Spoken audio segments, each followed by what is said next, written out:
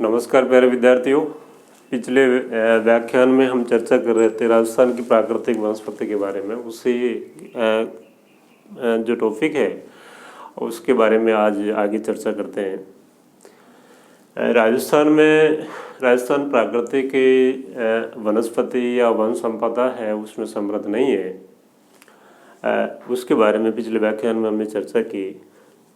राजस्थान में यदि वनों की स्थिति देखी जाए, वैधानिक स्थिति की यदि बात करें राजस्थान में, तो वैधानिक दृष्टि से राज्य में जो वनों की स्थिति है वो यहाँ के जो वन है उनको 3 भागों में बांटा जा सकता है। पहला आरक्षित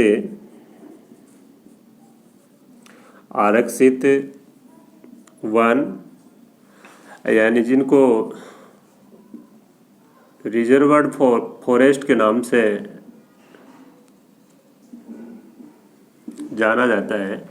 और ये राजस्थान के जो कुल वन क्षेत्र है उसका इस प्रकार के जो वन है वो 37% भूभाग पे पाए जाते हैं। इस प्रकार के वनों की मुख्य जो विशेषता होती है कि इस प्रकार के जो वन क्षेत्र है उनमें लकड़ी काटना हो, जो पशु चारण है वो पूर्णतया प्रतिबंध होता है। यानी कि लकड़ी काटने एवं पशु चारण पर पूर्णतया प्रतिबंध, पूर्णतया यानी कंप्लीटली भी इसमें किसी प्रकार की गतिविधि है प्रतिबंध, किसी प्रकार की मानवीय जो एक्टिविटी है वो यहाँ पर नहीं की जा सकती। दूसरे प्रकार के जो वन है वो है संरक्षित या सुरक्षित, जिनको कह सकते हैं।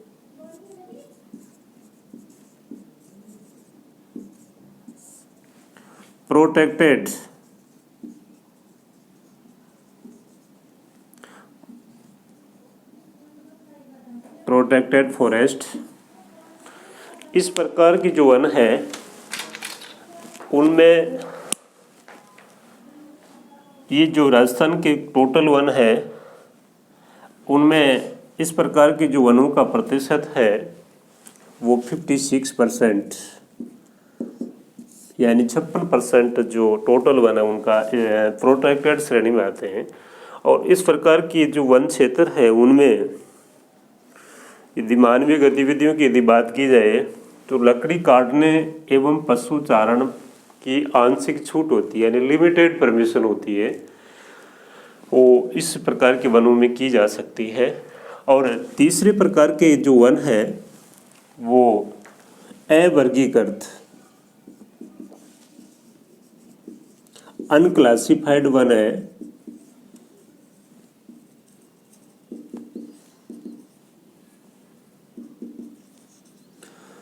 अनक्लासिफाइड, और ये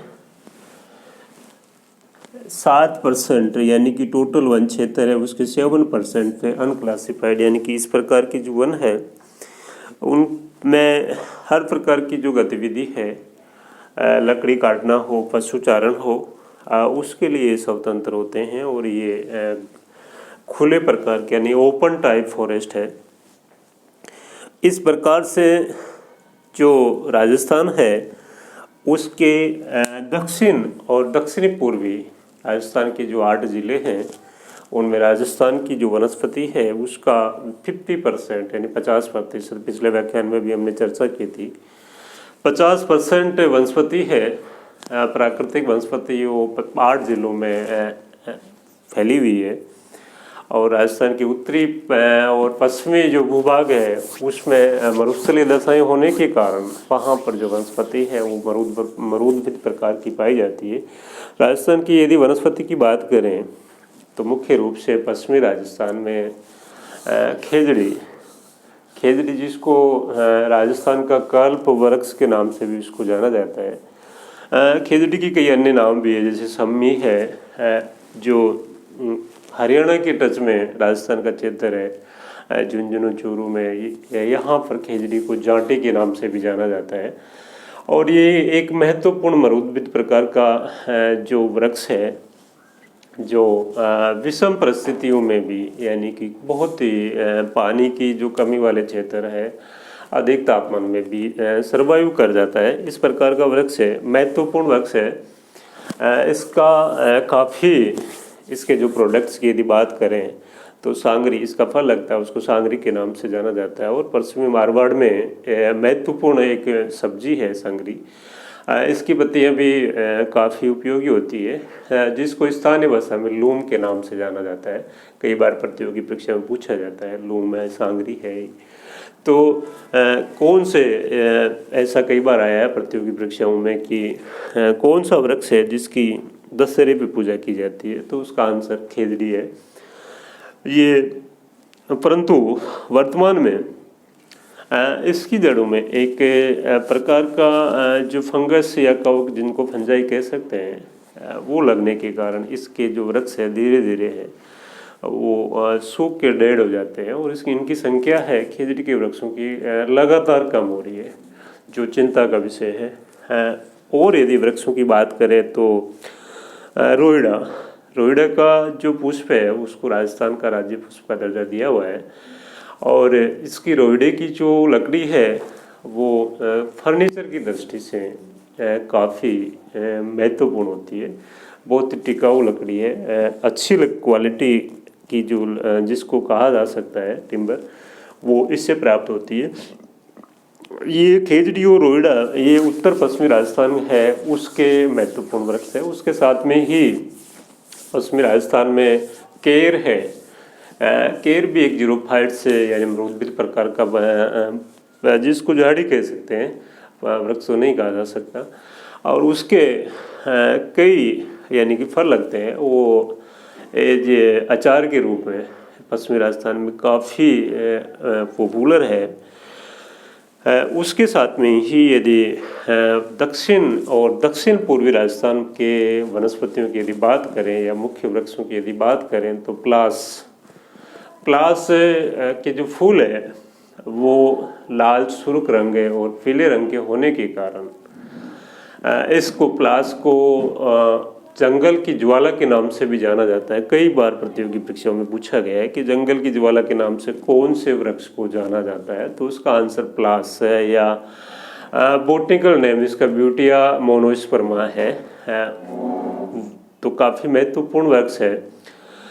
उसके साथ में ही दक्षिण और दक्षिण पूर्वी राजस्थान में देखें तो महुआ एक महत्वपूर्ण वृक्ष है, और विशेष तौर से जो आदिवासी क्षेत्र है वहाँ पर ये पाया जाता है। महुआ की छाल है वहाँ, उससे आदिवासी लोग हैं वो शराब बनाते हैं, देसी शराब बना कर उसका सेवन करते हैं। तो इस प्रकार से आदिवासियों की जो अर्थव्यवस्था है उसमें महुआ का वृक्ष है, उसका महत्वपूर्ण स्थान है। उसके साथ में ही जो बांसवाड़ा है, डूंगरपुर है, सिरोही वाला इलाका है, वहाँ पर बांस के जो पौधे हैं वो भी वहाँ पर देखने को मिलते हैं। और वो बांस है वो एक प्रकार का, यानी कि उससे बांस की टोकरियाँ हैं और कई प्रकार की जो पैकिंग सामग्री है वो बनाई जाती है। उसके साथ देखें तो जो खेर का वृक्ष है उसकी छाल से कत्था है वो प्राप्त किया जाता है। तेंदू पत्ता है उससे बीड़ी है वो बनाई जाती है। अर्जुन का वृक्ष है, सहतूत का वृक्ष है जिस पर सहतूत के कीड़े का पालन किया जाता है।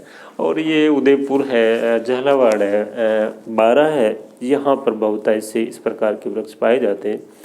राजस्थान के वनों में सबसे ज़्यादा यदि कोई वृक्ष देखने को मिलता है तो वो है धोकड़ा या धोक जिसको कहा जा सकता है। और ये विशेष तौर से सवाई माधोपुर, धौलपुर, करौली, उदयपुर, राजसमंद, डूंगरपुर का जो इलाका है वहाँ पर जो राजस्थान के वन है या सघन वन क्षेत्र है उनमें इसका महत्वपूर्ण स्थान है।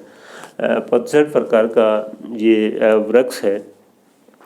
इसके साथ में ही जो खसखस एक प्रकार की घास है वो भरतपुर है, सवाई माधोपुर है, टोंक जिले हैं, इनमें मुख्य रूप से पाई जाती है।